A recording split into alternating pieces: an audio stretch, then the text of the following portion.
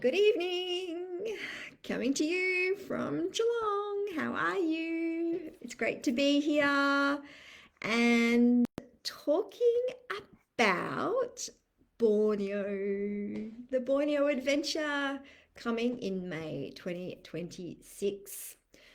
I'm very excited. As some of you may know, there was the first Pipico travel trip to Borneo this June. 11 women went across to the state of Sabah in Borneo for the most amazing adventure. It seriously was so good. And it's going to be recreated for you guys in May 2026. Yay! I hope that you're all well. If you are tuning in, please give the video a like, put a comment up and say hi. Tell me where you are watching from tonight. I would love to know. As you know, I'm in Geelong, just outside of Melbourne in Victoria. Oh, Linda's here. Hi, Linda. Great to have you. Thanks for tuning in. I'd love to know where you're watching from. Yeah, so please feel free to pop a comment and say hi in the comment box so I can say hi back to you. So, Borneo, if you've been to Malaysia before, put a hands up in the comments. It's an amazing country. It's really diverse, and I think I had been to Peninsular Malaysia before quite a few times, but I'd never been to the island of Borneo.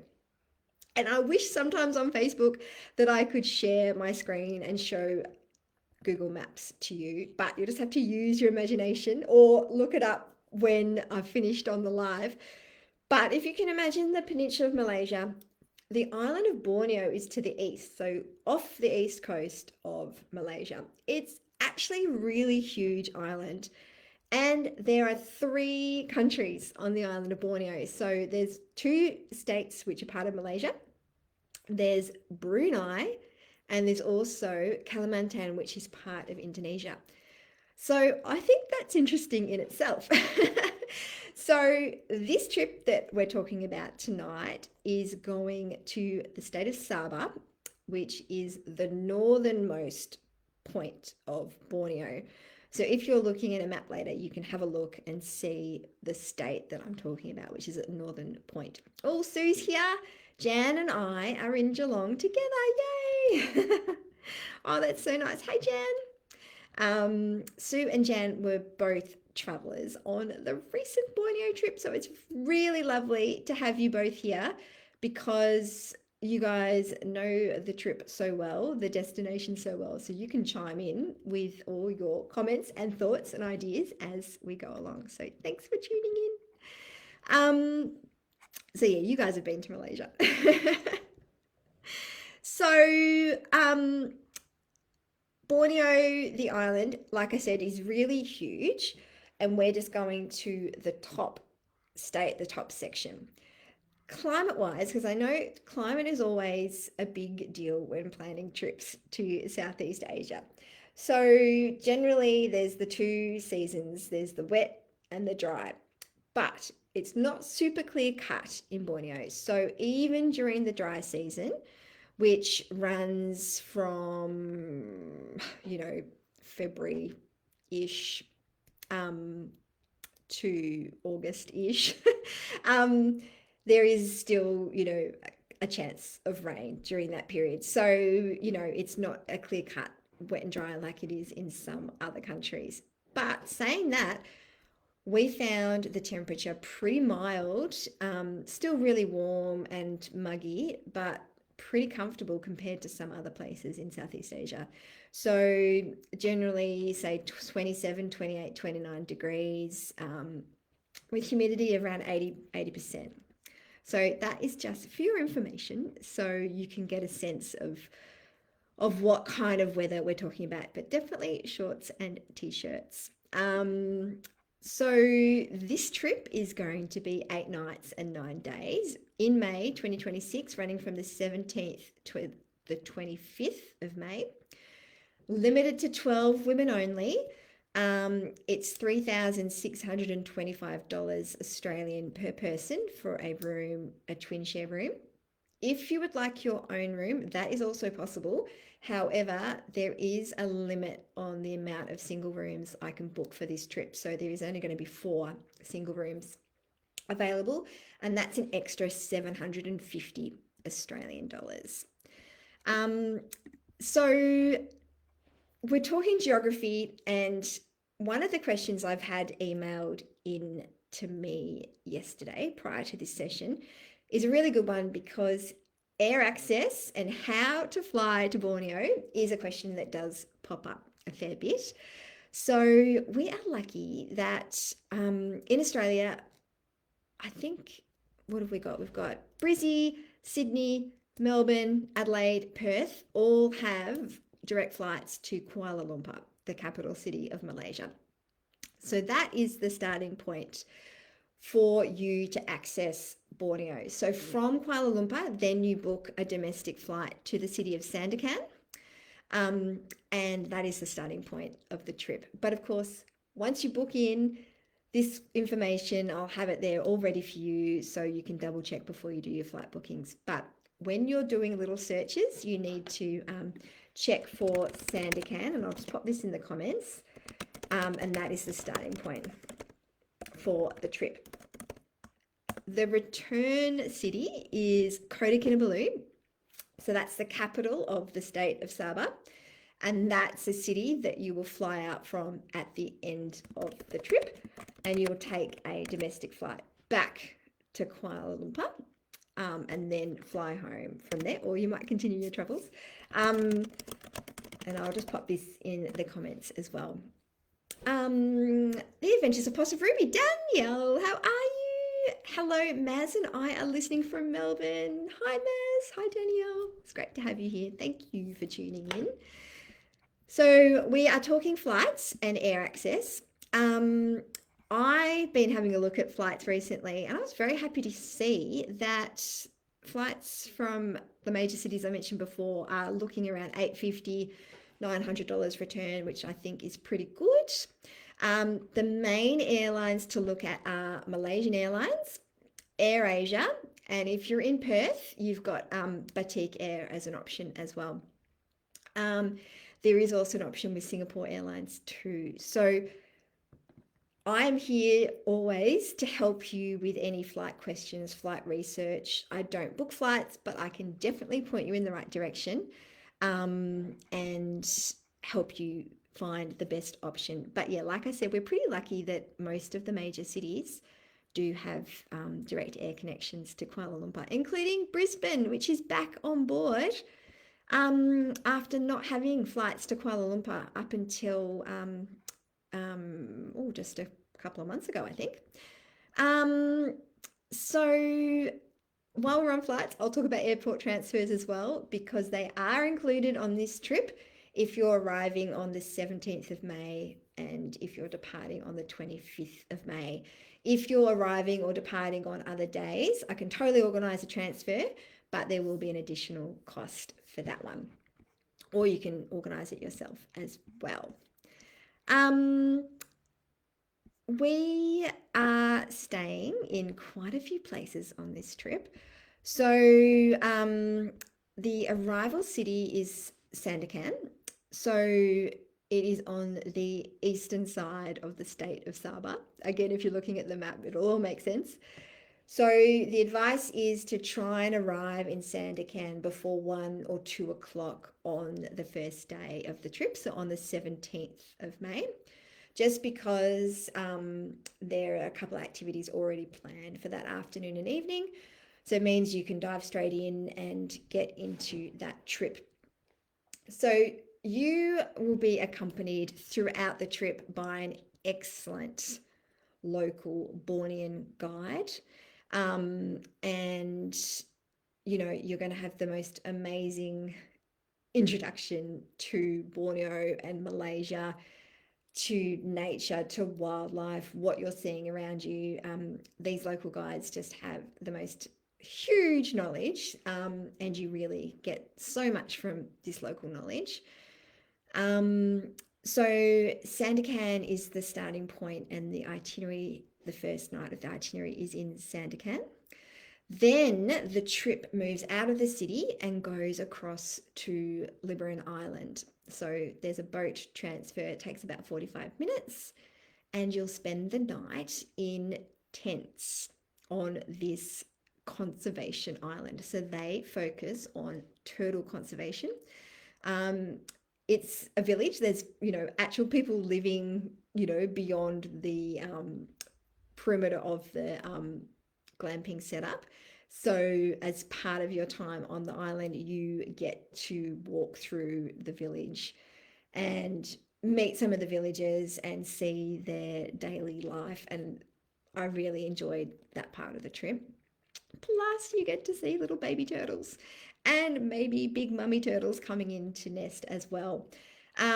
So that night is the second night. The tents are tents. They've proper beds inside with fans, proper linen sheets, everything. Um, Bedside table, chair. It's really well set up.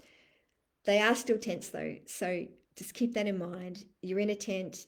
You need to walk to a shared bathroom facility. So the toilets and the showers are in a shared block. So there's no ensuite that night. Every other night there's going to be ensuites and comfort, but not that night. So I just want you to be aware of that so that you know what you're up for. But you are right on the beach. Sunsets. There's the food that they serve there is just delicious. You can buy beer and sit on the beach and have a cold drink. You can hire kayaks and go kayaking. You can go swimming. You can do walks. It's actually really lovely. And as Sue said, the highlight is being able to release the baby turtle hatchlings into the ocean and see them take their first little steps and their first little swim off into the ocean. And it's just really emotional. I don't know, Jan and Sue, who were watching tonight, who were there, it was a really emotional thing to see, wasn't it? These little babies, they're literally tiny, swimming off into the unknown world. Good luck. So obviously being able to do that and seeing turtles is not guaranteed, but hopefully you'll be lucky and you'll be able to also have that amazing experience. So after your night camping on the island, it's back to the mainland or back to the main Borneo island. And this is another fantastic day, which I'm sure everyone will be looking forward to because it is a day that you get to see sun bears at the conservation sanctuary. You get to see orangutans at the conservation sanctuary. And you get to go to the Rainforest Discovery Centre as well. It's a really wonderful day. Seeing the orangutans and the orangutan baby nursery is just, I could have stayed there for hours. It was really cool. And you do get to see these amazing creatures really up close, like, still within distance, but you can really see them. And it's beautiful. So another definite highlight to be looking forward to on this trip. Sue has said it was just amazing and pulled at the heartstrings. Yeah, it really did. Oh, so you've also said the guides are fantastic and nature abounds in abundance. It really does. It's just nature and wildlife everywhere. So that night in Sepalok, you'll stay at this lovely Nature Lodge resort, bar, restaurant, pool, and you have those amazing nature experiences. The next day, you head out to the Kinabalu River. So a couple of hours drive down to the river and staying at another beautiful lodge on the riverside. And you've got 2 nights there. And this is something that was an unexpected highlight for me. I don't know about you, Jan, you, Sue, how you felt, but the river wildlife cruises that we got to do while we were at the lodge alongside the river were just sensational. And we did 2 morning cruises and 2 late afternoon cruises, just an hour each, not out for a huge amount of time, but it was really amazing to see so much wildlife, macaques, proboscis monkeys, all the hornbills, the kingfishers. We saw a crocodile, and we did get to see an orangutan in the wild, which was pretty special. Um, so yeah, another amazing thing to look forward to. The lodge, serves great food. It's really comfortable. The rooms there are really lovely. And the other thing, as Sue, you've said, the night walk with the head torches, there's an option to head out into the rainforest at night as well. And see how the wildlife looks different at night, and that was pretty amazing. So we did a couple of night walks. We did a night walk at the Rainforest Discovery Centre, and you'll also get to do a night walk at the Kinabatangan River Lodge as well. So just I will say, for those night walks, it is advisable, and I think you'd be more comfortable if you wear a long sleeve shirt and long pants.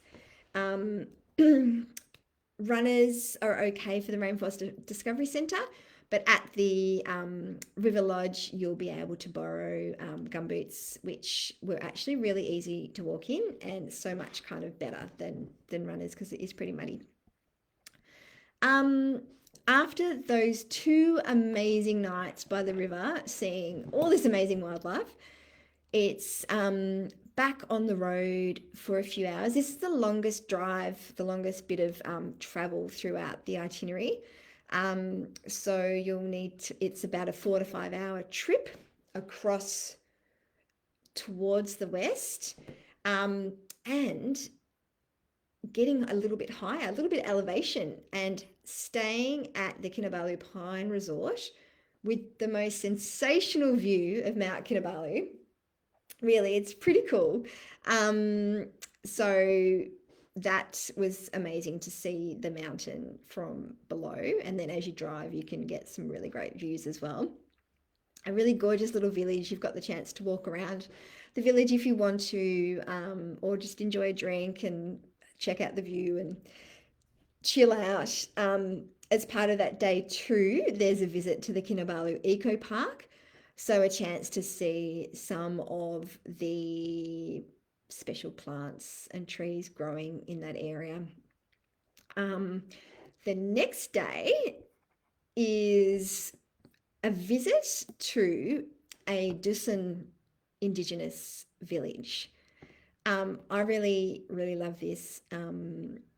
I think the group found this outing really, really worthwhile. Challenging in some ways because there were a few suspension bridges to cross. Even the women who have a fear of heights, they just did so well and they got across these bridges. They're pretty stable and they just did it. It was pretty cool to see.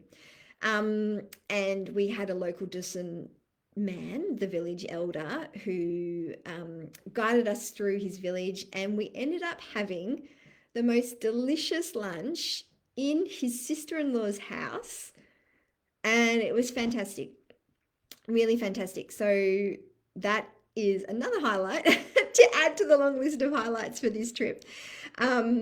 Yeah, really sensational, really, one of those experiences that it's really hard to get unless you've got you've got that connection with the local Indigenous guides that can facilitate this visit. And yeah, really up there with an amazing thing to do. The final 2 nights of the trip, right over to the western side of the island, so just a couple hours drive on this final section, to the outskirts of Kota Kinabalu, so the main city. The resort you get to stay in is about 40 minutes drive from the city, right on the beachfront. The views are beautiful. The beach is clean, white sand, great for swimming. The pool's really huge. There's great spa, massage, big rooms, couple options for dining there. And I think it's a really nice way to end the trip.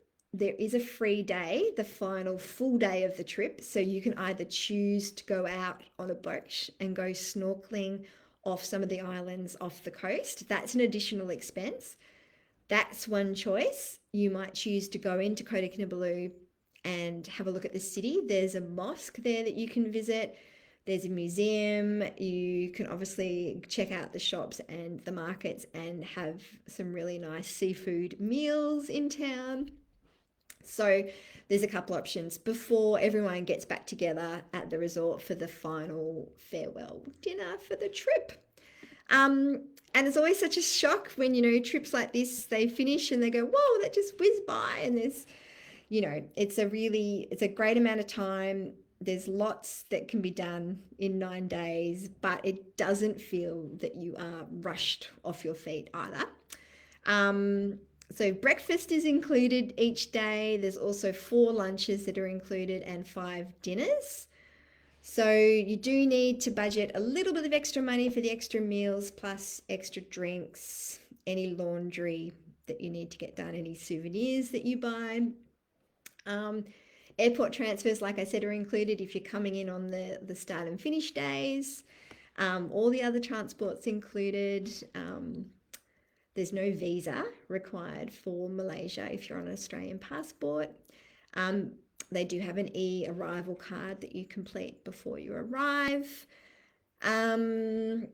If you want to arrive early or stay longer, you definitely can do that. Give me a hoy. There's a couple of options on the booking form as well. And I'm very excited to announce the early bird booking special as well, which I have started doing early bird booking specials earlier this year, and it's super popular. So for this Borneo Sabah trip, if you are one of the first 2 people to book in on this trip, you are entitled to a free night's accommodation before the trip begins, so on the 16th of May. And you can choose whether it's in Sandakan, the first city of the trip, or in Kuala Lumpur. So valued between 145 to 195 Australian dollars, depending on which city you choose. And which city you choose will depend on how your flights are kind of lining up. So very excited because that is a great deal. So I hope that there are a couple of people that can snap those early bird booking specials up tonight or tomorrow. Just get in touch and you can lock one of those in. I'm just going to type this in the comments. Does anyone have any questions? I've got a couple more things to cover off, but if you've got any questions or any thoughts or anything you'd like me to cover, pop it in the comments, and I will definitely get to that. Who's excited? Who wants to go to Borneo? I want to go again. I'm not going this time though, but you'll have an amazing local guide. It's such a great place. So I'll pop that up so everyone can see that. So I've talked about early bird specials. I've talked about some of the highlights. If you have a dietary requirement, of course, please let me know. Most things can be easily catered for. So usually there is no hiccup at all. No big deal. So that's easy to manage. The deposit for this trip is $500, and the balance will be due 90 days prior to departure. So for this trip, that is the 16th of Feb. Of course, I'm happy to chat about payment plans as well. So if that's something that might help, please reach out to me. I'm very much open to payment plans and whatever is going to make it easy for you. If you do want a solo room, I would suggest getting your name down and getting in touch as soon as you can, just so you make sure you grab one of those solo rooms, because like I said, there's only going to be 4 available. So if you're keen for one of those, get on quick. And yeah, reach out with any questions you have at all, anytime. I have times available to chat on the phone too. So if you would like to chat with me one-on-one about the trip, you can book a time with me to do that as well. Danielle has says mozzies in the jungle question mark. Yeah, a little bit. I was actually surprised there weren't more. I didn't find it a big deal at all. So I wore long sleeves and long pants for the 2 nights that we did the night walks. And I had like a spray. I had a Bushman's repellent spray. I didn't really get bothered by them too much. There were buzzy things kind of flying around sometimes. Didn't see any leeches, which was good.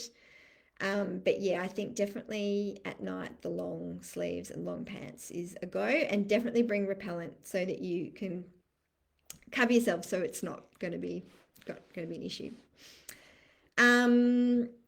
Now, Sandy has said, I'd like to print some of your itineraries, but I can't see any options to print. Any advice?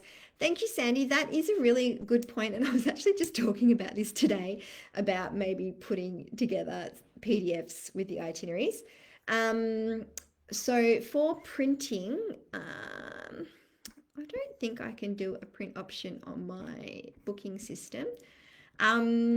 Let me see what I can do, Sandy. Otherwise, we might be able to print the web page, or I might be able to put it into a nice PDF document, and hopefully I can send that to you. If you would like, Sandy, maybe just let me know if I've got your email address, or maybe if you send me a private message with your email, so I can work out something with you about how to get the itinerary details to you. Yeah, no leeches, although some people have said that they can buy leech socks, which I've never bought, but I know that is such a thing. Sue said it was just such a great trip and I loved camping on the island. Yep. Yeah, that was pretty nice. Bit different too, something you wouldn't normally do just on a regular trip. And seeing the turtles, of course. Sue's also said lots of interesting bugs, but light on the mozzies. Yeah, I think so. Didn't really get bothered, which was great. You don't want to be bothered too much. Boat trips were amazing, especially seeing the orangutan nesting. It was actually nesting up in the tree. It was on one of the late afternoon cruises. And I didn't realize this, but the male orangutans nest in a new nest every night. So he was up there, really high up, building his nest. It was early, like 4:30. I'm like, oh, you're going to bed pretty early there, mister. But yeah, apparently they do go to bed early in these nests they build every night. It was pretty amazing. Yeah, not something that you can see every day, that's for sure. Before I wrap up, is there any last minute questions or comments or anything that I haven't covered that you would like me to cover? Obviously, it's summer wear, so shorts, t-shirt, bathers, hats, sunscreen, all of that gear. Runners are probably the best shoes to wear. There's not a heap of walking, so fitness-wise, it's not, I wouldn't classify it as super difficult at all. I'd say moderate amount of walking, probably 7,000 to 8,000 steps a day, because the majority of the wildlife viewing is either on the boat cruises, or when we're in the sanctuaries, there is a little bit of walking on boardwalks. But it probably only totals up about 500 meters or so. And then on the island again, probably roughly the same.